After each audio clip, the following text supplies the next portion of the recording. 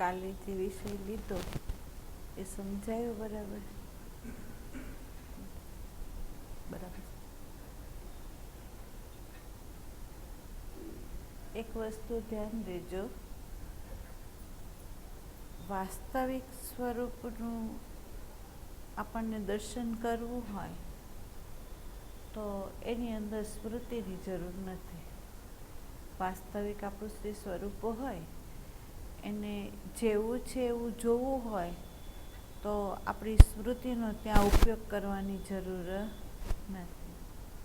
બીજું એ કે આપણે અંતરયાત્રામાં પ્રવેશ કરીએ તો ત્યારે પણ તમને ખબર હોય કે આપણી જે સ્મૃતિ હોય એ સ્મૃતિ શું કરે, તો એક વિચાર આપણી અંદર ઉદ્ભવે અંદરથી, તો બીજો વિચાર એક એવો નીકળે કે ભાઈ આ સમાજનો વિચાર છે તો આપણે આ વિચાર કરવાનો નથી.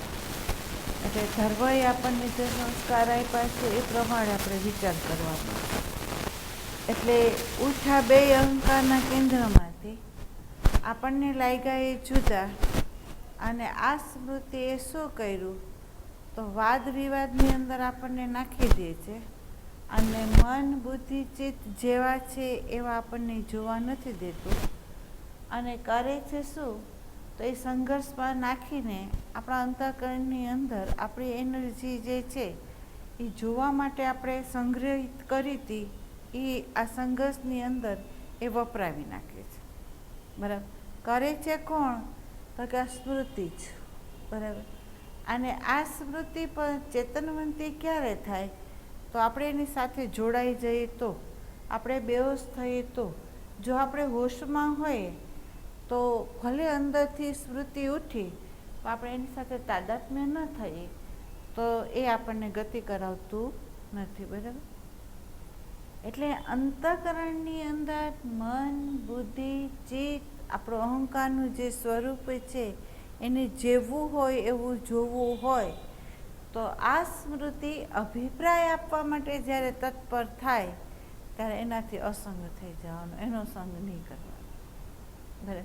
જો તમે એનો સંગ ન કરો તો એ જેવા છે એવા તમને દેખાશે, અને તમે જો એને સ્વીકારી લેશો કે બસ મારું મન આ જ છે, મારી બુદ્ધિ આટલી જ છે, મારું ચિત્ત છે આવા જ ચિંતન કરે છે, એનો તમે સ્વીકાર કરશો તો અંદર સંઘર્ષ નહીં થાય. અને સંઘર્ષ નહીં થાય એટલે જેવો તમે સ્વીકાર્યું ને એટલે સામો પરિબળ છે એણે ઉટલો મારવાની તૈયારી એ નહીં કરી, શાંત થઈ જશે. કેવી રીતે તે તમને એમ કહું કે બે વ્યક્તિ હોય અને બે વ્યક્તિ વચ્ચે જ્યારે વાર્તાલાપ થાય એમાં આપણને એવી ખબર પડે કે આ વ્યક્તિ છે એ એના જ વિચારને સત્ય માનીને આપણી ઉપર થોપવા માંગે છે, અને એ આગ્રહિત છે, એ એનો જ વિચારને એ અમલમાં મૂકશે, આપણા વિચારને સ્વીકારશે નહીં, અને જો આપણે એનો અનાદર કરીએ તો એ સંઘર્ષ બોરશે. બરાબર. તો આપણે ત્યાં શું કહે છે, તમે કહો છે બધું બરાબર છે, આપણે એમ કહ્યું તો સામે વ્યક્તિ છે એનો ઈગો છે શાંત થઈ જાય છે.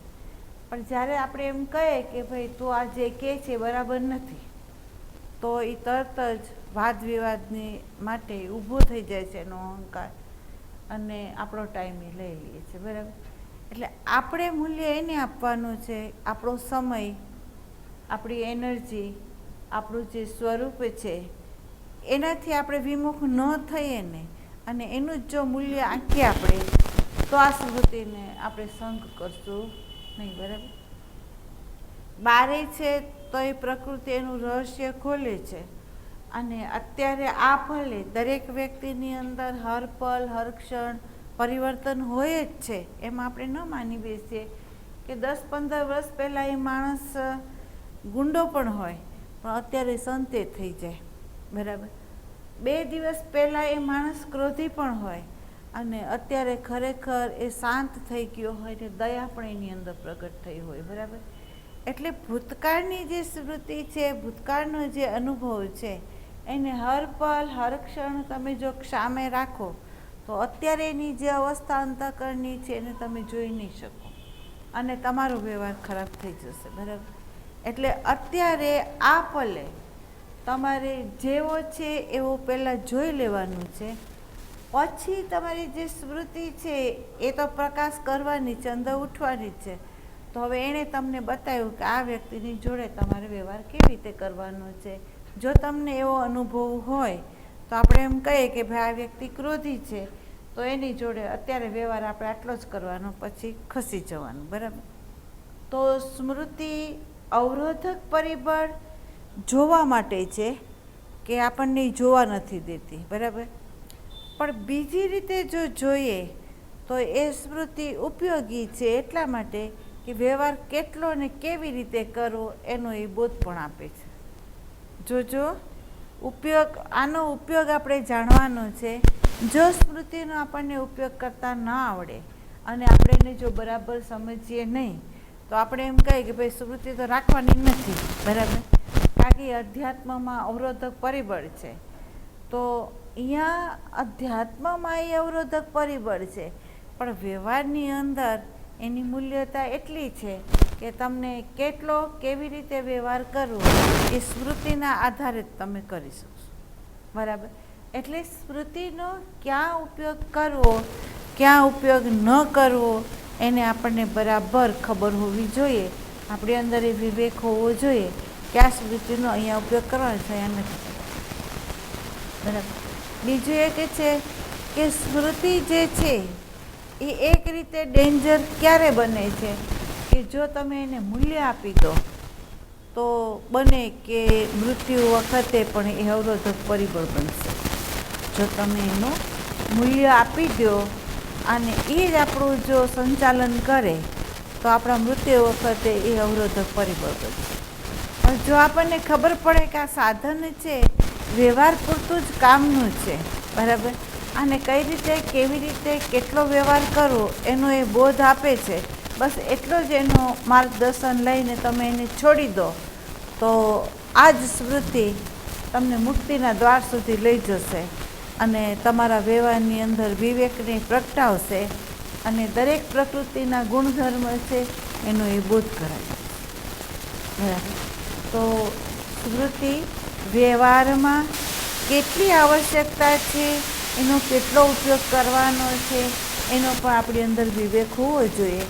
અને એ વિવેક આપણી અંદર ત્યારે જ પ્રગટ થાય કે જેમ તમને કાલે કીધું તો મૂળ સ્ત્રોત જે છે એમાંથી ઉઠતી જે વૃત્તિ છે એ વૃત્તિ પ્રકાશ સાથે ઉઠી રહી છે અને પ્રકાશ સાથે જ્યારે ઉઠે છે ત્યારે સ્મૃતિ પણ અંદર પ્રગટ થાય છે. પણ એ સ્મૃતિને પ્રકાશ કરીને પછી તમારે બહાર આવવાનું છે અને એ સ્મૃતિને ત્યાં છોડી દેવાની છે. સ્મૃતિએ બતાવ્યું કે તમારે વ્યવહાર કેવી રીતે કરવાનો છે એટલું જ, અને તમે બહાર આવ્યા તો ત્યાં સ્મૃતિને છોડી દો અને આ જ દ્રષ્ટિથી તમે એનું નિરીક્ષણ કરો તો વાસ્તવિક અત્યારે એ કઈ રીતે છે તો જે રીતે હોય એ રીતે જ તમે વ્યવહાર કરશો. બરાબર. એટલે દ્રષ્ટિ હંમેશા નિર્બળ છે.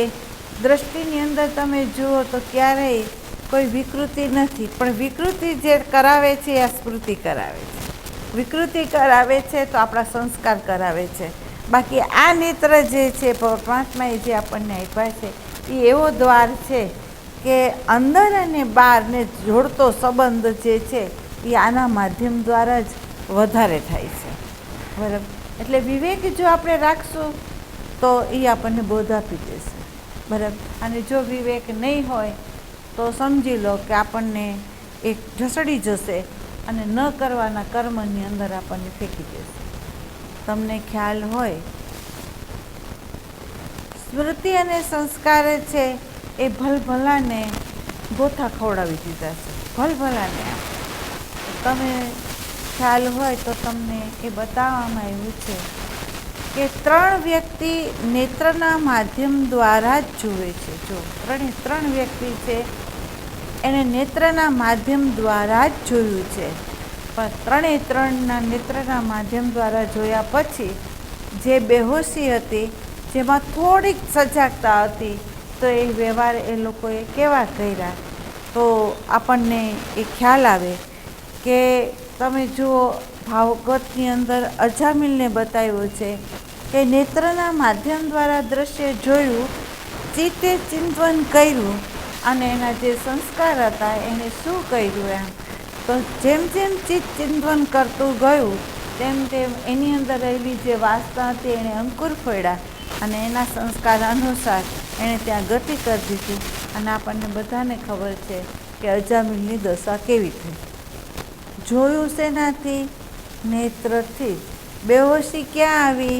તો એણે જે રીતે જોવું જોઈતું હતું એ પ્રમાણે જોયું નથી. બરાબર. એણે શું ભૂલ કરી?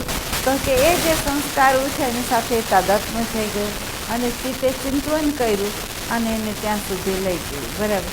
એના જે જન્મ હતા એની અંદર તમે જુઓ તો એના શ્વાસા હતા, એનો ઉપયોગ કરવાને બદલે એનો દુરુપયોગ થઈ ગયો. બરાબર. બીજા છે સુરદાસજી, નેત્રથી જ જોયું છે. સુરદાસે પણ એનું જે ચિત્રલેખામાં પ્રેમ હતો તો એને જ મળતું જે મુખારવિંદ હતું એને જોયું એણે અને એને એ દેખાડ્યું. કારણ કે એનું સતત ચિત્ત છે એના જ ચિંતનમાં હતું અને એને સામે એ સ્ત્રી ન હોવા છતાં એને એમાં જ એ દેખાડ્યું. અને એની પાછળ પાછળ જ્યારે ઘર સુધી ગયા અને ઘરે જઈને પછી એને એમ કીધું કે તમારા હાથનું ભોજન બનાવીને મને જમાડો એમ. તો જુઓ કે એમના પતિ હતા એ જ્ઞાની હતા અને એને ખબર પડી કે એક સંન્યાસીના રૂપની અંદર આ જે સાધુ છે એને મારી પત્નીની પાછળ પાછળ એ પનિયારીએ પાણી ભરવા ગઈ હતી ને પાછળ પાછળ આવ્યો છે. તો એનો અર્થ થયો કે આની અંદર કંઈક બેહોશી છે. બરાબર. અને જ્યારે જમાડતી વખતે એણે એમ કહ્યું કે તમારા હાથેથી ચોળીને મને આ લાપસી આપો. ત્યારે એના પતિએ કીધું કે હે સાધુ, આપ સંન્યાસી છો અને તમે તમારા નેત્રના માધ્યમ દ્વારા એવું તો આમાં શું જોયું કે તમે ભૂલી ગયા કે તમે સાધુ છો? તમે શું જોયું એમ? અને એક આ ગૃહસ્થી છે અને આ ગૃહિણી મારી છે પત્ની. તો પર સ્ત્રી ઉપર તમારી આ નજર કેવી રીતે ગઈ? તો અહીંયા સુરદાસને ભાન થયું કે ચિત્રલેખાના પ્રેમે મને આંધળો કર્યો છે, મારી દ્રષ્ટિમાં ખામી આવી અને હું અહીંયા સુધી પર સ્ત્રી ઉપર ખરાબ નજર કરીને આવ્યો છું. પછી એને થયું કે અત્યારે આ જ આંખ જે જોયું એણે અને ભાન ભૂલી ગયો તો આ આંખને મારે રાખવાની જરૂર નથી. એણે આંખ ફોડી નાખી. બરાબર. તો આ બીજું પાત્ર છે કે જેણે આંખને ફોડી નાખી અને એને એવું માન્યું કે હવે આંખ જ નથી તો હવે કોઈ રૂપ જોશે નહીં. જોજો, આંખ નથી, રૂપ જોશે નહીં એટલે હું કોઈની પાછળ કામના માધ્યમ દ્વારા હું ગતિ કરીશ નહીં. પણ એ ભૂલ્યા કે અંદર પડેલી જે વાસનાના જે બીજો છે એ તો ગમે તે રીતે પણ નહીં નેત્ર હોવા છતાં પણ એ બતાવશે. કારણ કે બોડી આપણી જે પરમાત્માએ આપી છે એની સંવેદના તો એ કરીને બતાવે જ છે. બરાબર. પણ એ સુરદાસને કોઈ સંત એવા નહોતા મળ્યા. હજી એની સાધનાની શરૂઆત હતી એટલે એણે આ કામ કર્યું કે એના નેત્રને એને ફોડી નાખ્યા. ત્રીજું એ જ વ્યક્તિ છે કે જેણે નેત્રના માધ્યમ દ્વારા રૂપ જોયું, વિવેક ચૂક્યા અને એને શું કર્યું એમ. તો ત્રીજા નંબર છે રામતીર્થ, જેણે ભિક્ષા લેવા જતા હતા. જરૂર કે એક રૂપાળી સ્ત્રીને જોઈ અને એણે આંખથી જોયું અને એને થયું એ શું રૂપ છે. બરાબર. અને એ રૂપને જોયા પછી પોતે નીચું તો જોઈ ગયા કે ભાઈ રૂપ પાછળ મારી આંખ ગઈ છે, ક્યાંક મારું મને જશે એમ. તો નીચું જોઈ ગયા પણ એ આંખ વારંવાર એને એ જોવા માટે તલપાપડ થઈ એટલે એને 3 વખત એ આંખથી એણે એ રૂપ જોયું. ત્યારે એ સજાગ થયા અને એણે એવો દંડ આપ્યો કે 3 મહિના સુધી તારે નીચી નજરે ચાલવાનું છે, ઉપર જોવાનું નથી. બરાબર. જો તું ઉપર જુએ તો તને રૂપ તરફ આકર્ષણ થાય છે ને, તો હવે તારે જોવાનું નથી કે જેથી તને આકર્ષણ ન થાય એમ. હવે આ તમે જુઓ, આ 3 પાત્ર છે. 3 પાત્રની અંદર એકની અંદર પૂરેપૂરી બેહોશી છે, એકની અંદર અડધી બેહોશી છે, એકની અંદર થોડોક વિવેક છે.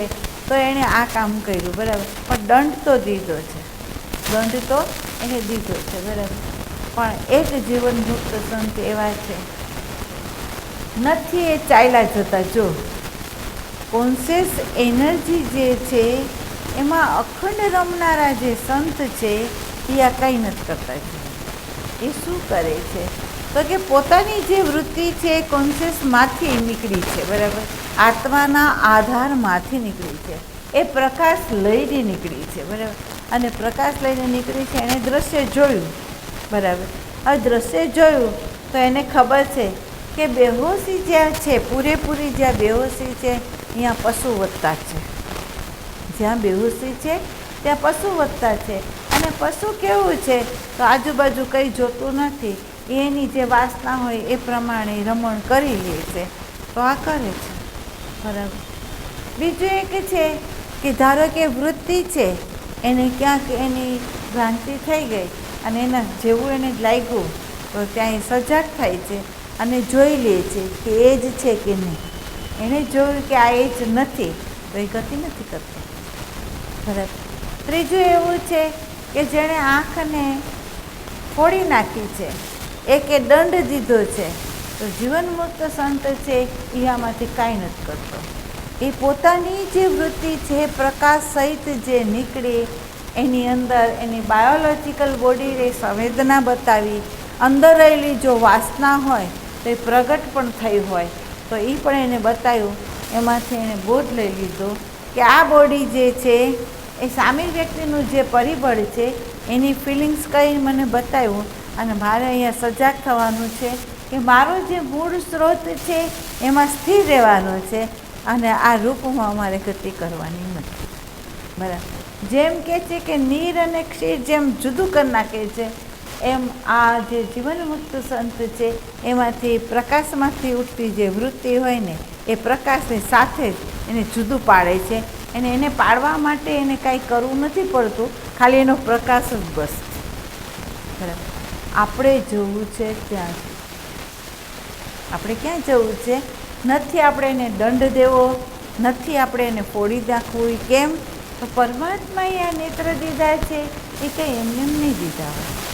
એને આપણને જે નેત્ર આપ્યા છે એ પરમાત્માના સૌંદર્યને જોવા માટે આપણને આપ્યા છે. એક ધારો કે લેડીઝ રૂપાળી હોય અને નેત્ર એને જોતું હોય તો ભલે ને જોતું હોય, પણ એની અંદર ભાન છે કે જેણે બનાવ્યું છે આ સૌંદર્ય, એ બનાવનારો કેટલો સુંદર છે એનું એને જ્ઞાન છે. તો એની ઉપર એ આધાર ઉપર જશે અને આને એને ગુણ કરનાર, બરાબર. તો આટલો એનો વિવેક છે એ આધારને જ પકડી લે છે. આધાર સિવાય જે વસ્તુ છે એને એ પકડતું નથી. સંસ્કાર અને સ્મૃતિ, જો એમ લાગે છે કે સુરદાસમાં અને રામતીર્થમાં વિવેક છે, તો આપણને ખ્યાલ આવે છે કે સાચો વિવેક એ છે કે જેને છુંને વિવેક હોય તો હુંમાં ન ઊભો રહે, છુંમાં ઊભો રહી જાય અને હુંની અંદર વિશેષ રૂપે પ્રકાશ કરીને આધારને પકડી લે, છુંને પકડી લે અને જે છે હું એને છોડી. કારણ કે એનું અસ્તિત્વ અંતઃકરણના આધારે છે. જો અંતઃકરણ ન હોય તો આત્મા સિવાય કંઈ નથી, બરાબર. એટલે વિશેષ પ્રકાશ જે છે એ ચૈતન્ય દેવ જે સામાન્ય સ્વરૂપે અણુની અંદર વ્યાપીને રહેલો છે, તો એની અંદર કેવી શક્તિ છે, એની અંદર કઈ કઈ પ્રકારની કલાઓ છે એનો બોધ આપણને કોણ કરાવી રહ્યો છે? તો કે પ્રકૃતિના માધ્યમ દ્વારા એ ચૈતન્યની મહાશક્તિનો બોધ આપણને કરાવી રહ્યું છે. એમાં કેટલા કેટલા પ્રકારના સૌંદર્ય છે તમે જુઓ, બરાબર.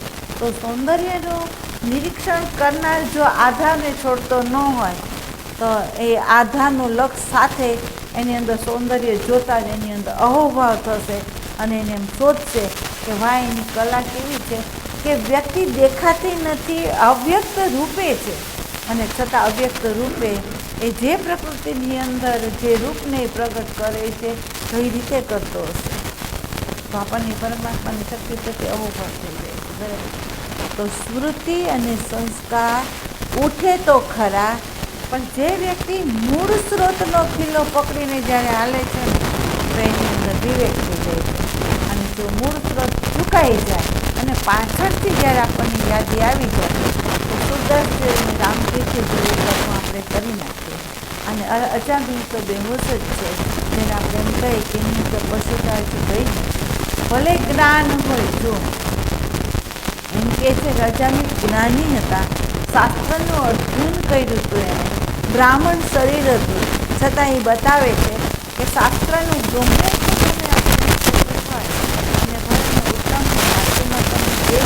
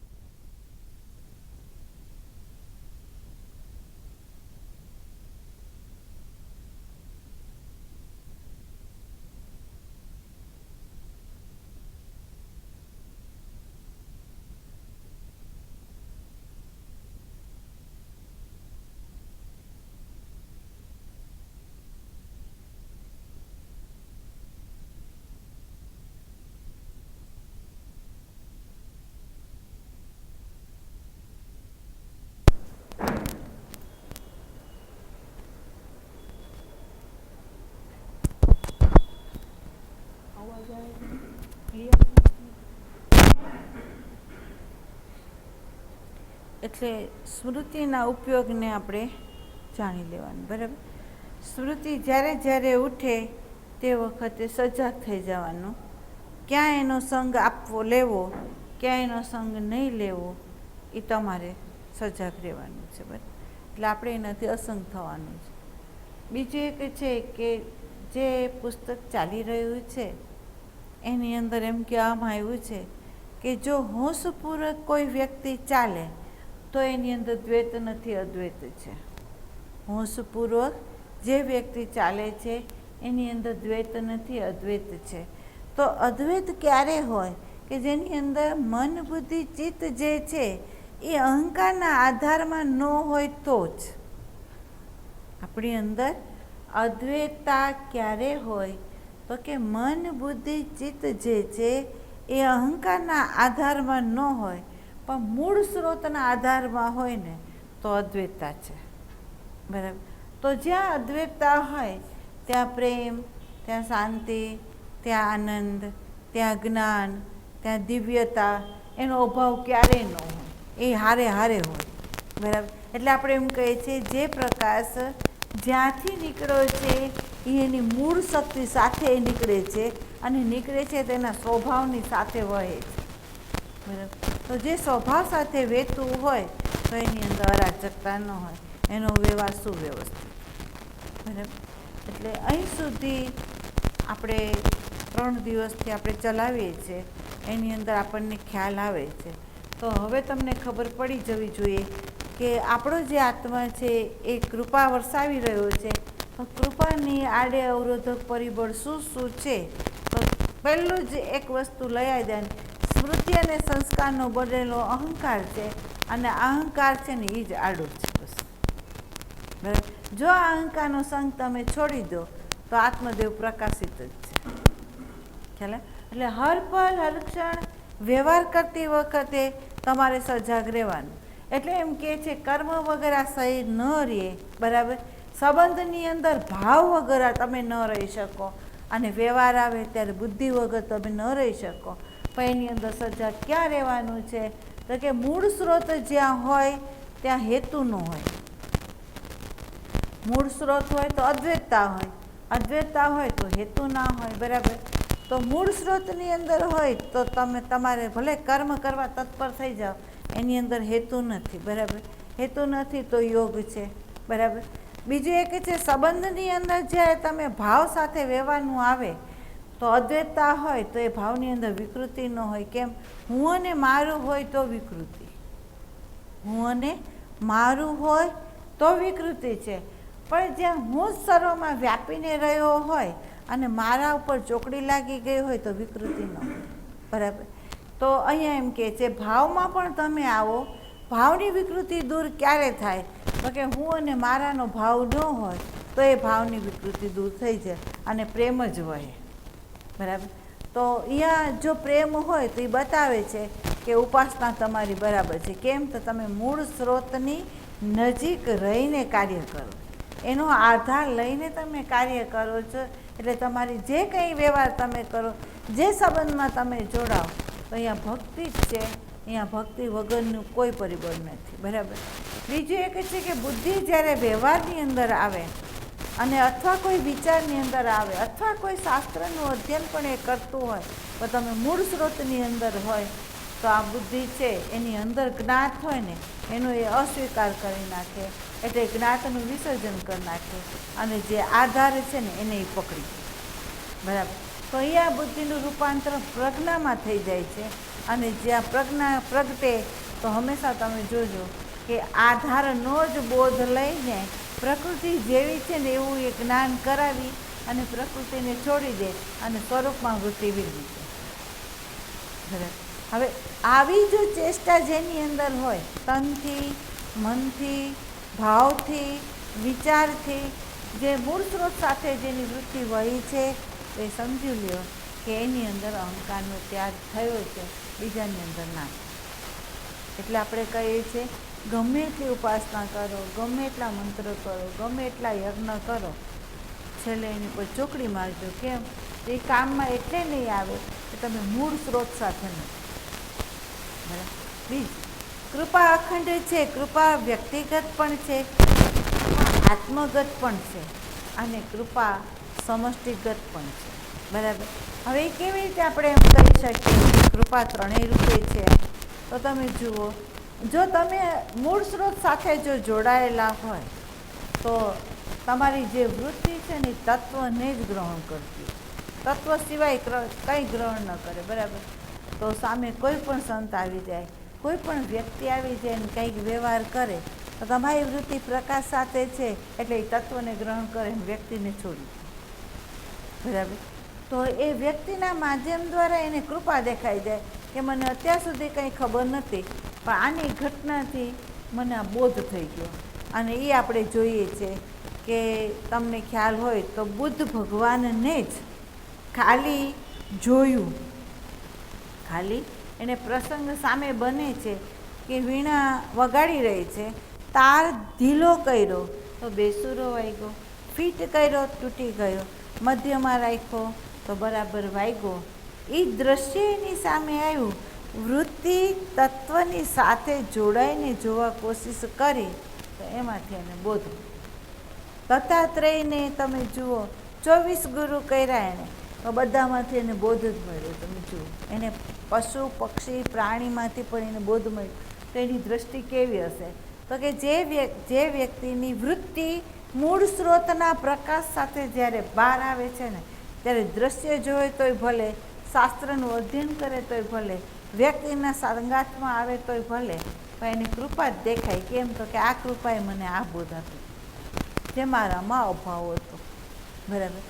તો એવી દૃષ્ટિ આપણી હોવી જોઈએ કે જે દૃષ્ટિની અંદર આપણને હર પલ હર ક્ષણ નવીનતા રૂપે આપણને કંઈક ને કંઈક ચિનગારીઓ મળે અને એ ચિનગારી હર પલ હર ક્ષણ આપણને જો મળતી હોય તો આપણા આત્માની અંદર સ્થિતિ છે પ્રગાઢ રૂપે થતી છે. બરાબર. તો અહીંયા સજાગ રહેવાનું, પ્રેઝન્ટ મોમેન્ટમાં રહેવાનું. જેમ કીધું કે સતત વર્તમાનમાં તમે જો રહ્યો, તમારું અનુસંધાન જો મૂળ સ્ત્રોત સાથે તમારું જો હોય તો તમારો અભ્યાસ અંદર અને બહાર સુવ્યવસ્થિત. બરાબર. એની અંદર ક્યાંય વ્યવહારની અંદર અરાજકતા નથી આવતી. બીજું, પરિધિની અંદર આપણો જે આ દેહ છે એ એનાથી મુક્ત થઈ શકે એમ છે, બાકી બીજા ક્યાંયથી નહીં. બરાબર. તો આની અંદર તમારે આટલી કેર કરવાની છે કે આનો કઈ રીતે ઉપયોગ કરો. આ સાધન છે, સાધન મૂલ્યવાન છે, સાધનને બેલેન્સતા જોઈએ છે, સાધનને રિધમ જોઈએ છે. રિધમ કોને કેવી? તો તમને ખ્યાલ હોય કે ગાનારો હોય એ જે રાગને છેડતો હોય અને હાર્મોનિયમની પેટી બીજા રાગનો સૂર કાઢતી હોય, તબલાવાળા બેસુરે જતા હોય, મંજીરાના તાલ પણ જો જુદા વાગતા હોય તો આપણને એ ભજન સાંભળવું ગમતું નથી. આપણે એમ કહીએ છીએ કે ભાઈ આ બંધ કરે તો સારું, કારણ કે રિધમ જ નથી. બરાબર. એમ કહે છે કે મૂળ સ્ત્રોતની સાથે ઉઠેલી જે મનોવૃત્તિ છે, બરાબર, એ બધાને રિધમમાં જ લઈ આવે. રિધમમાં કોને કોને લાવે? મનને લાવે, બુદ્ધિને લાવે, ચિત્તને લાવે. અહંકારના અસ્તિત્વને તો એ રહેવા જ ન દે. આ દેહ સાથે બહાર નીકળે ત્યારે બધા એનામાં જ હોય.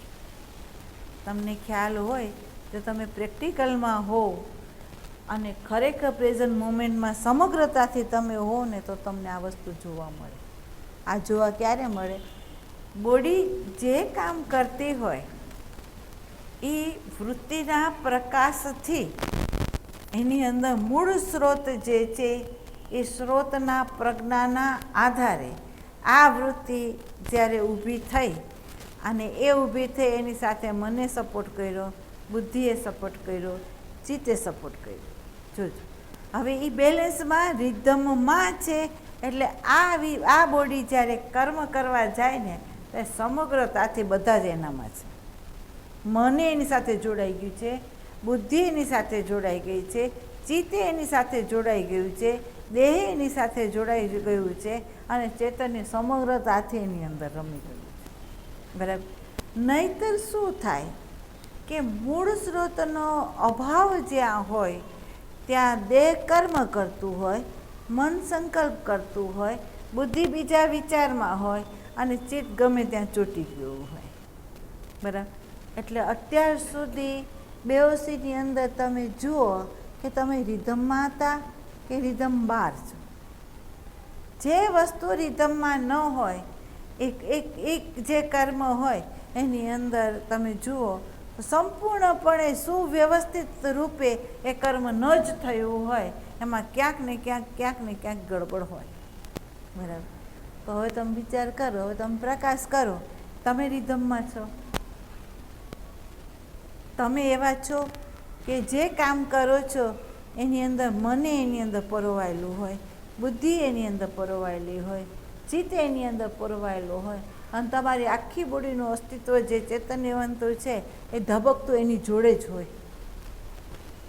છે. એવું કે જો એવું ન હોય તો અહીંયા સજાગ થઈ જાઓ તો આપણે રિધમ બહાર છે. રિધમ તોડી છે કોણે? તબલાવાળાએ તોડી છે કે મંજીરાવાળાએ? એમ અહીંયા તમને ખબર પડવી જોઈએ કે મને તોડી છે કે બુદ્ધિએ તોડી છે કે ચિત્તે તોડી છે.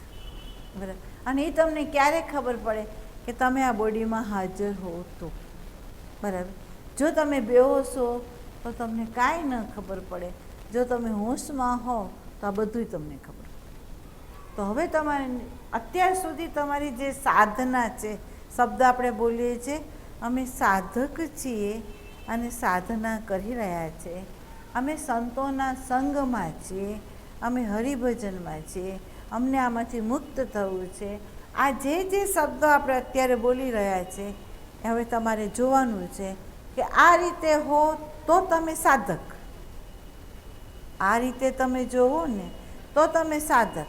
આ રીતે હોય તો તમારી વૃત્તિ શિષ્ય. બરાબર. નહીંતર નહીં. હવે આ રીતે તમે જો સાધક ન હો તો તમે કેવી રીતે કહેશો કે હું ભક્ત છું, કે હું સંન્યાસી છું, કે અથવા મને ભગવાન જોઈએ છે, અથવા મને પરમાત્મા પ્રત્યે પ્રીતિ છે, અથવા મારી સાધના છે, એ કેવી રીતે તમે સ્વીકારશો જો આ જ નહીં હોય તો? બરાબર. તો અહીંયા અંતઃકરણ પાત્ર જોઈએ છે, અને કયું અંતઃકરણ પાત્ર બને તો અહીંયા કહે છે રિધમ હોય ને તે, જેના ચારે પાયા બેલેન્સમાં હોય એ પાત્ર હોય, અને જે પાત્ર હોય એ અધ્યાત્મમાં પ્રવેશ કરી શકે, બીજું ન કરી શકે. એટલે એક વસ્તુ ધ્યાન દેજો, શરીર સંતોના સંગમાં હોય, શાસ્ત્રના સંગમાં હોય, સત્સંગના શબ્દના સંગમાં હોય તો પણ ચોકડી મારી દેવાની છે કે એ સાધક નથી. સાધક તો તે છે કે હર પલ હર ક્ષણ એનું અંતઃકરણ રિધમમાં છે અને સમગ્રતાથી એ વસ્તુને ગ્રહણ કરી રહ્યો છે, એમાં જે રમી રહ્યો છે, આ સાધક. બરાબર. એટલે તમને સામે આ બતાવવામાં આવે છે, શિષ્યત્વ કહો તો પણ ભલે, સાધક બોલો તો પણ ભલે, આ તમારી અંદર પ્રમાણ હોય તો તમે પાસ છો, અને જો આ પ્રમાણ ન હોય તો સમજી લે હજી આપણે ધર્મના અધિકારી છે, અધ્યાત્મના નહીં. ધર્મના છે, હું ના નથી કહેતી, પણ અધ્યાત્મના નહીં. અધ્યાત્મનું પાત્ર તો અંતઃકરણ આવવું જોઈએ છે. બરાબર. ગુરુનો સાચો શિષ્ય આવો જોઈએ છે. ગુરુ તો છે, ગુરુ તો છે, ગુરુ બનાવવાનો નથી, છે જ, તો એને પાત્ર આવવું જોઈએ છે, એ ત્યાં પ્રગટ થઈ જાય છે. બરાબર. તો નિરીક્ષણ તમારે કરવાનું છે કે આમાં શું છે. જો આ નિરીક્ષણ નહીં કરો તો તમે આની ઉપર કામ નહીં કરી શકો. બરાબર. એટલે હવે તમે જો ગીતા વાંચો, ગીતા હવે વાંચો તો ગીતાની અંદર બતાવ્યું છે કે જે મને પરમ શ્રેષ્ઠ માનીને, જોજો ભગવાને શું કીધું છે, હે અર્જુન, જે મને જ પરમ શ્રેષ્ઠ માને છે, જે મારા માટે જ કર્મ કરે છે, જે મને જ ભજે છે, બરાબર, જેની અંદર કોઈ દ્વેષ નથી, અનસૂયવે છે, એવું જે અંતઃકરણ પાત્ર છે એ મારો ભક્ત છે. અહીંયા ડેફિનેશન આપે, એ મારો ભક્ત છે. તો આપણે તો કહીએ છીએ કે અમે ગુરુના ભક્ત છીએ, આપણે કહીએ રામના ભક્ત, કૃષ્ણના ભક્ત, તો ડેફિનેશન તો આ આપી છે, ચોખ્ખી આપી છે પરમાત્માએ. તો સમાજમાં, વ્યવહારમાં, ઘરમાં તમે પરમ શ્રેષ્ઠ પરમાત્માને માન્યો છે? જો પરમ શ્રેષ્ઠ પરમાત્માને તમે માન્યો છો, જો તમે એને માન્યા હોય તો તમારું બધુંય કર્મ એના માટે જ હોય. બરાબર. એનું બધુંય કર્મ એના માટે ક્યારે બને તો તમને સમજાવવામાં આવ્યું કે તમારો હેતુ ન હોય તો જ. તમારો જો હેતુ ન હોય તો જ પરમાત્મા માટે કર્મ થાય, ને તો ના થાય. બરાબર. તો જ તમે પરમાત્માને પરમ શ્રેષ્ઠ માની શકો, નહીં તો ન માની શકો. બરાબર. તો જ તમે અનસૂય હોય હે, નહીં તો તમે દ્વેષવાળા હો. તમે કોઈ દિવસ એમ નહીં કહી શકો કે હું દ્વેષ વગરનો છું, ક્યારે નહીં કહી શકો. દ્વેષ છલકે છે, તમે જુઓ. તમારી બરોબરી સરખામણી મનોવૃત્તિ કરી જ જાય છે. તમે અહંકારના તાદાત્મ્ય સાથે કર્મ કરી રહ્યા છો. બરાબર. તમે આશ્રમમાં હો તોય ભલે, તમે ઘરમાં હો તોય ભલે, તમે સમાજમાં હો તોય ભલે, તમે પરમાત્માના મંદિરની સામે હો તો પણ ભલે, પણ જો તમે અહંકારના જ કેન્દ્રમાં રહીને કંઈ પણ પ્રવૃત્તિ કરતા હો તો તમે આ નહીં કહી શકો કે હું પરમાત્મા માટે કરું, મારા કલ્યાણ માટે કરું છું, એમ તમે કહે, એમાં અકલ્યાણ જ છે. બરાબર. કલ્યાણ ત્યારે છે કે તમે એને જ પરમ શ્રેષ્ઠ માનો અને તમારા અહંકારને ગુણ કરી નાખો તો. બરાબર. તો હવે તમે જુઓ, તમે શાંતિ બચાવવા માંગો છો, તમે પ્રેમ બચાવવા માંગો છો, તમે આનંદ બચાવવા માંગો છો, તમે પરમાત્માને બચાવવા માંગો છો, તો આ બધા ઉપર તમારે ચોકડી મારી દેવી પડે. બરાબર. આ ગીતામાં શ્લોક છે. બરાબર. અને એ જ ભગવાને એમ કીધું છે, જે મારા માટે કર્મ કરે છે, જે મને જ પરમ શ્રેષ્ઠ માને છે, હે અર્જુન, એનાથી દૂર નથી. હું એની અંદર બહાર બધે વ્યાપીને એની સાથે જ જોડાયેલો રહું છું. અને ત્યાં સુધી હું રહું છું કે ધારો કે આ શરીર પ્રારબ્ધ અનુસાર જો છૂટી જાય અને બીજે જન્મ એ લે તો એ જ્યાંથી અટકો છે ત્યાંથી એને આગળ લઈ લઉં છું. એની ભક્તિના ભાતાનું હું રક્ષણ કરું છું એમ પરમાત્માએ વચન આપેલું છે. બરાબર. એટલે એક ધ્યાન દેજો, વ્યક્તિ વચન આપે તો એ તૂટે, પણ સંત અને પરા જ્યારે વચન આપે ને એ કોઈ દિવસ ન તૂટે. બ્રહ્માંડ ડોલી જાય પણ આ તૂટે નહીં. બરાબર. તો એનું એ વચન છે. એ વચનને સિદ્ધ કરવા માટે આપણો આ પુરુષાર્થ હોવો જોઈએ. જો આ પુરુષાર્થ ન હોય તો એ વચન પડે એમ નથી. એમાં એનો દોષ નથી, દોષ આપણો જ છે. બરાબર. તો અહીંયા આપણને એ બતાવે છે કે ખરેખર સ્મૃતિ અને સંસ્કાર જે છે એને ક્યાં ઉપયોગ કરવો, ક્યાં નહીં ઉપયોગ કરવો. જ્યાં ઉપયોગ કરવા જાઓ ત્યાં સજાગ થઈ જજો, હોશમાં આવી જજો કે એની અંદર અહંકારનું કેન્દ્ર આધાર નથી ને. અહંકારનું કેન્દ્ર હશે તો હેતુ હશે ને હશે, સંબંધમાં મારાપણું હશે ને હશે, અને વિચારની અંદર, બુદ્ધિની અંદર ભૂતકાળ ને ભવિષ્ય હશે ને હશે, પણ મૂળ સ્ત્રોત હશે તમારું કાંઈ. બીજું એક છે કે તમને ખ્યાલ હોય, આપણે કોઈ વ્યક્તિને લક્ષ્યમાં રાખીને નથી બોલવા માંગતા. ધારો કે તમને 3 દૃષ્ટાંત આપ્યા, એમાં અજામિલ છે, સુરદાસ છે, રામતીર્થ છે.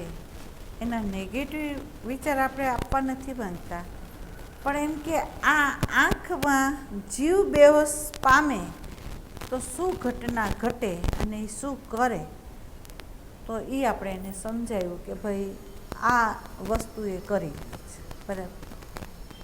ત્રીજી એક વસ્તુ એવી છે કે તમે ઘણાય સંતોના, સાધકોના, ભક્તોના જીવન ચરિત્ર વાંચ્યા હોય, સાંભળ્યા હોય તો તમને જોવા મળશે એક નાની સી એક ક્ષણ પૂરતી બેહોશી પણ એને ક્યાં નાખી દે છે. નાની સી એક ક્ષણ પૂરતી બેહોશી છે એ એને ક્યાં નાખી દે છે. એવા ઘણાય સંતોના જીવન ચરિત્રની અંદર આ જોવા મળ્યું છે. અને એના ચરિત્ર લખાણા છે એટલા માટે કે એની નિંદા કરવા માટે નથી લખાયેલા. જેમ આપણે એમ કહીએ છીએ કે ભાગવત રચાણું, તો ભાગવતના રચયિતા જો વ્યાસ જ હોય તો વ્યાસે કોઈ પાત્રને નિંદાના લક્ષ્યમાં લઈને નથી લખ્યું, પણ સાધકને આપણે એમ કહીએ ને કે જેમ દીવાદાંડી હોય અને એ સ્ટીમરને બતાવે કે અહીંયા નહીં આવતા, અહીંયા પાણી ઓછું છે, અથડાઈ જશો. બરાબર. તો એ સજાગ કરે છે નુકસાનીમાંથી. બરાબર. એમ ભાગવતની અંદર અનેક ભક્તો, સાધકો, સંતોના જીવન ચરિત્ર અંદર બતાવ્યા છે જેની થતી ભૂલો છે અને એ ભૂલોને અભિવ્યક્ત કરવામાં આવી છે. તો એમાં એની નિંદા નથી કરવામાં આવી, પણ આપણા જેવા જે સાધકો છે કે જે સંતોના પદ ચિહ્ન જ્યાં જ્યાં છે એની પાછળ પાછળ આપણે ચાલી રહ્યા છીએ. આપણે ગુરુતત્વ હોય જેની અંદર પ્રગટ થઈ ગયું હોય એના પગલે પગલે આપણે ચાલીએ છીએ, એના ચિહ્ને આપણે ચાલીએ છીએ. બરાબર. અને એના પ્રવાહે એની પાછળ આપણે ગતિ કરીએ છીએ. તો એ ગતિની અંદર એ સંતો આપણને કહેવા માંગે છે, વ્યાસ આપણને કહેવા માંગે છે કે આ ભૂલો થઈ એમનાથી, તો તમારાથી આ ભૂલ ન થાય એ માટે સજાગ રહેજો. એને શું કીધું? એ ભૂલો એ કરી ગયા છે તો તમે ન કરતા. બરાબર. તો એની અંદર બતાવવામાં આવ્યું છે કે ભરત રાજાએ તપ ઘણું કર્યું. બરાબર. અને 6 જ મહિના બાકી હતા સાક્ષાત્કાર માટેના. બરાબર. હરણના બચ્ચાની અંદર જોડાઈ ગયા અને એને 3 જન્મ લેવા પડ્યા. બરાબર. તો આપણે એમ કીધું એના જેવા સંત હતા, એને ભૂલો કરે. ભાઈ એને ભૂલ કરી, તું ન કરતો, એને કરી નાખી છે, એનાથી થઈ ગઈ છે. બરાબર. તું નહીં કરતો. કેમ? તો એ બતાવે છે આપણને કે તારા અંતઃકરણની અંદર ઝાંખીને જોજે કે કોઈ લાગણીનો એવો પ્રવાહ નથી ને.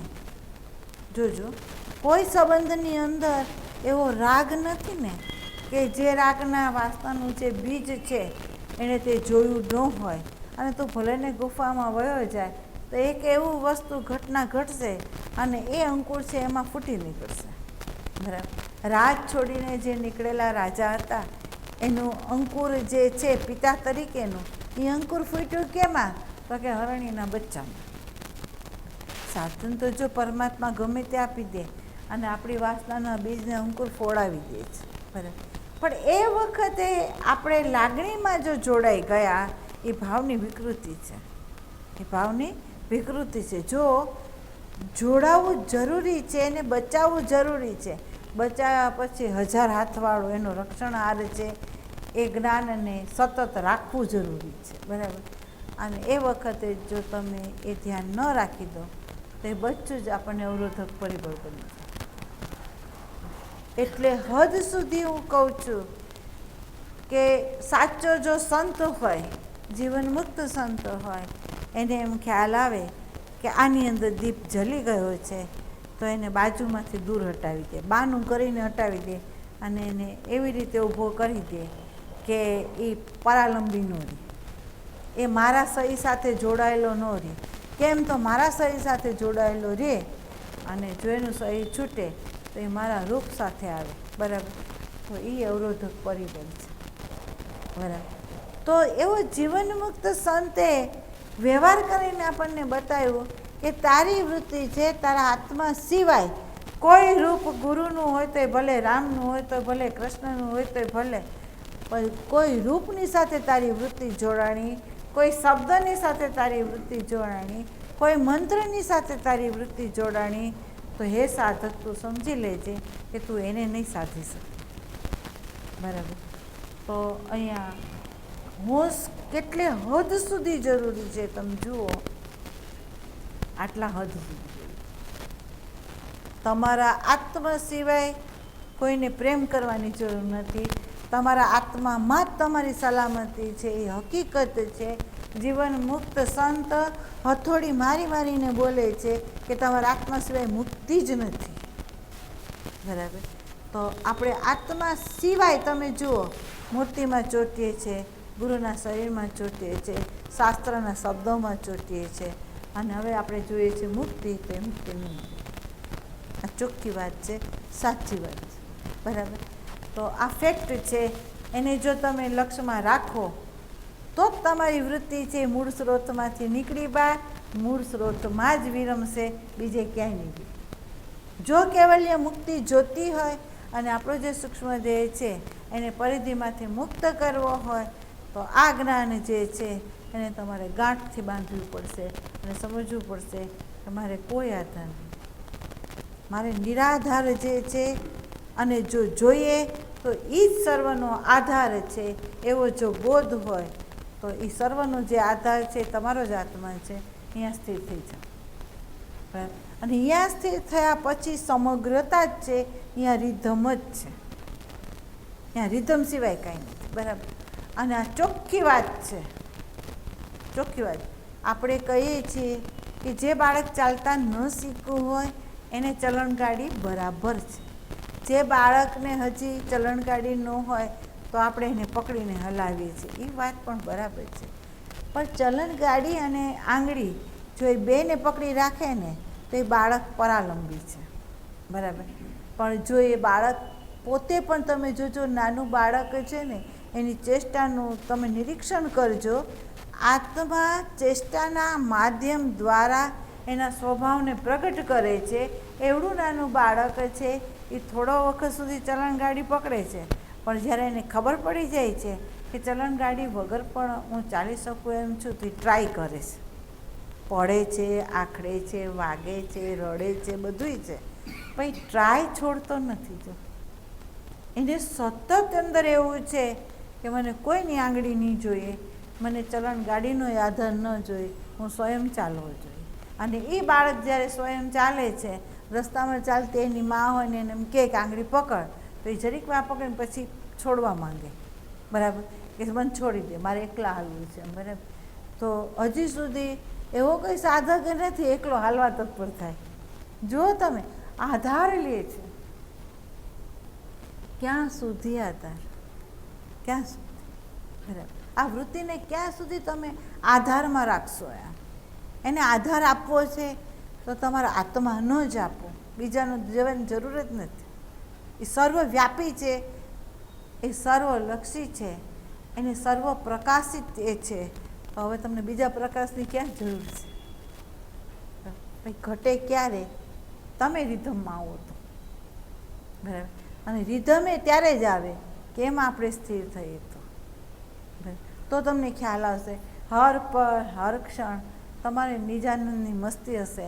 અને જેમ પ્રકૃતિની અંદર નિત નવીન સર્જન થતા હોય, વિસર્જન થતા હોય છે, એમ તમારા બીજના વિસર્જન થશે અને આત્માના નવા નવા નવા નવા બોધના સર્જન થશે. ક્યારે થશે? તમે મૂળ સ્ત્રોતને જોઈતા હશો તો બરાબર. આ સંત છે, જેટલા જીવન મુક્ત સંત થઈ ગયા, જે અધ્યાત્મની પરાકાષ્ઠાએ જે પહોંચ્યા છે ને, એને આત્માના જ ગુણાનુવાદ ગયા છે, બીજા કોઈ. એને કીધું છે શબ્દાતીત છે, ભાવાતીત છે, ગુણાતીત છે, એવું તમારું જે સ્વરૂપ છે. અને તમે ઊભા છો ક્યાં? તો કે ગુણમાં, રૂપમાં, શબ્દોમાં. તમે જુઓ. એટલે એક ધ્યાન દેજો, કરો યા ન કરો, છતાં જે અવ્યક્ત તરફથી સંકેત મળ્યો હોય એ સંકેત ક્યારેક ખોટો ન હોય. એમ કીધું છે, જેનો એકાગ્રતાનો પાયો પાક્કો છે, જેનો એકાગ્રતાનો પાયો પાક્કો છે, એ જ સાધક જે છે એ અંતરયાત્રામાં પ્રવેશ કરી શકે, એ ડબલ એરોમાં રહી શકે. બરાબર. પણ એકાગ્રતાનો પાયો જ જેનો કાચો હોય એ સમગ્રતામાં આવશે કેવી રીતે? બરાબર. તો એ એકાગ્રતાને કેળવવા માટે આપણે પોતે અડધો કલાક આંખ બંધ કરીને આપણે અંદર ડૂબવા માંગીએ છીએ. બરાબર. તો તમને બધાને મેં કહ્યું છે, ભલે કોઈ વ્યક્તિ એમ કહેશે કે અમારી પાસે સમય નથી, તો એ વાત હું નથી સ્વીકારતી. હું કહું સમય ને સમય જ છે તમારી પાસે. જો તમે બાયોલોજિકલ આવશ્યકતાની જો તમને ખબર પડી અને બીજી બધી વ્યર્થ મારું વહેવું છે એવું જો જ્ઞાન થઈ જાય, તો સાધક એનો સમય બચાવી શકે છે. બરાબર. કે ભાઈ મારે કોઈની જોડે બેસવાની જરૂર નથી. બરાબર. વ્યર્થ વાતો કરવાની જરૂર નથી. હું શું કરા મારા મૂળ ગુફામાં ના આવું? હું શું કરા એમાં શાંત ના થાઉં? બરાબર. તો એ 10 મિનિટ 15 મિનિટ જ્યારે જ્યારે સમય મળે એ પોતાની અંદર જાય. બરાબર. અંદર જાય, એમાં શાંત થાય, નિરાધાર થાય. બહારથી આપણે પુસ્તક લઈ લઈએ છીએ, આપણે કેસેટો ચાલુ કરી દઈએ છીએ, આપણે કોઈ વ્યક્તિના સંગમાં આવી જઈએ છીએ, તો સાધક ત્યાં ચેતી જાય અને એમ કે આ બધાનો આધાર હું છોડી દઉં છું. 10 મિનિટ 15 મિનિટ હું નિરાધાર થઈને જીવવા માંગુ છું. જો વ્યક્તિ જેમ જેમ આ સમયને એ વધારતો જાય, તો તમને ચેલેન્જ ફેંકીને કહું છું કે તમારી અંદર જે બહારથી વધારે કચરો આવતો હતો એ કચરો ઓછો થઈ જાય છે. બીજું એક છે, અંદરનો કચરો બહાર નીકળી જાય છે. ધીમે ધીમે વૃત્તિ શાંત થતી જાય છે અને તમે તમારા એકલા આત્મદેવના સંઘમાં તમને જીવવાની વૃત્તિ થાય છે. બરાબર. તમને કોઈ એમ કે મહિનો અહીંયા કોઈ નહીં આવે, તમે એકલા રહો, તો તમે એમ કે 1 વર્ષ ન આવે ને તોય ચાલશે. કેમ? મારો આત્મા નિત્ય મારા સંગમાં છે. હું એની જોડે વાત કરી શકું એમ છું, હું એના છાયામાં સૂઈ શકું એમ છું. મારા સંગમાં એ અખંડ છે, મને બીજા સંઘની આવશ્યકતા નથી. બરાબર. અને જે વ્યક્તિએ આ સાધન નથી કર્યું અને ફક્ત બહારના સત્સંગ, બહારનું ભ્રમણ, બહારનો વ્યવહારની અંદર રમણ કરવું, કંઈક ને કંઈક ખાલીપો ભરવા માટે કંઈ પણ ધર્મના નામે પણ તમે સાધન ગ્રહણ કરો, તો જ્યારે તમારી શક્તિ નહીં હોય અને તમે શક્તિહીન હશો, ત્યારે તમારા જે વલણો છે બહાર આવશે અને એ ખાલીપો ભરવા માટે તમારે વલખા મારવા પડશે. અને એ વલખાની અંદર તમને બહારથી કોઈ સપોર્ટ નહીં મળે, ત્યારે તમે ચારે બાજુ વૃત્તિને ગુમાવી દેશો. પરિણામ એ આવશે કે કયું ઘર છે ને એ તમે ચૂકી જશો. અંત ઘડીએ એવી સ્થિતિ આવશે કે તમારે શું કરવું ને કેવી રીતે સ્થિર થવું ને તમે ચૂકી જશો. નહીં તો આવો જે વ્યક્તિ હશે કે જેને ધ્યાન ભજન કર્યું છે ને એ વ્યક્તિને માંદગીની અંદર એને કોઈની જરૂર નહીં. એ સીધો એના આત્મામાં સ્થિર થવા પ્રયત્ન કરશે. બરાબર. તો જેટલું બને ને એટલો એકાગ્રતાનો પાયો તો મજબૂત કરો જ. જેનો એકાગ્રતાનો પાયો હોય એ પાયાની અંદર વૃત્તિને જોડીને એ ગમે તે વસ્તુ બહારથી કરી શકે. એટલે આપણે કહીએ છીએ કે રામચંદ્રજીએ એ પાયો પાક્કો હતો એટલે ક્યાંય વિસ્મૃતિ નથી થઈ. તમે જો એને જોવામાં વિસ્મૃતિ નથી, સાંભળવામાં વિસ્મૃતિ નથી થઈ, બોલવામાં વિસ્મૃતિ નથી થઈ, વ્યવહારમાં એની વિસ્મૃતિ નથી થઈ. એની સ્મૃતિ છે ને છે. આખું જીવન બતાવે છે. બરાબર. તો એ સ્થિતિએ આપણે આવવું હોય તો સાધન આ હોવું જોઈએ. ભટકે છે મન. બરાબર. ચિત્ત છે એના ચિંતનના એવા આકારો લે છે. એટલે આ સાધનને આત્માની અંદર સ્થિર કરવું જોઈએ. અને આ પુરુષાર્થ છે તમારો, બસ બીજો કોઈ પુરુષાર્થ. અને પુરુષાર્થમાં શું આવે? કંઈ કરવું નહીં. એ વૃત્તિને શાંત થવા દેવી, શાંત થવા દેવી, શાંત. એને શબ્દય ન આપવો, એને રૂપે નહીં આપવાનું, એને બાએ કોઈ રસે નહીં આપો, ખાલી શાંત કરો. પછી જુઓ તમે કે રહસ્ય કેવી રીતે ખુલે છે. બધા રહસ્ય એની રીતે ખુલશે જો આટલું કરશો તો. જે એમ કહેવામાં આવે છે કે બે પ્રકારની પ્રકૃતિની અંદર શક્તિઓ કામ કરી રહી છે. એક નેગેટિવ, એક પોઝિટિવ છે. એક આપણે એમ કહીએ સાત્વિક શક્તિ છે તો એક તાંત્રિક શક્તિ છે. બરાબર.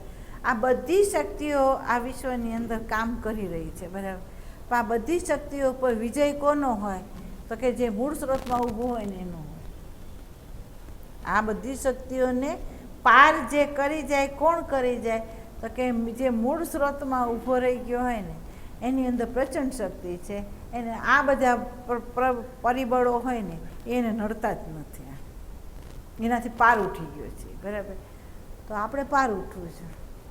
આપણે નેગેટિવને અનાદર નથી કરતા, આપણે પોઝિટિવનો અનાદર નથી કરતા. હા, નેગેટિવ પોઝિટિવને સમજીએ છીએ, સમજવા કોશિશ કરીએ છીએ, પણ એનો અનાદર નથી કરતા. એનાથી ભાગવા તૈયાર નથી. આપણે એવા કાયર નથી કે આપણે એનાથી ભાગી જઈએ. સમજીએ, અસંગ થઈ જઈએ, બસ એટલું જ. બરાબર. તો આપણી સ્મૃતિ, આપણો જ સંસ્કાર એ જ પરિધિમાં ગુમાવીશ, બીજા નહીં. એટલે અહીંયાથી આપણે સજા થવાનું.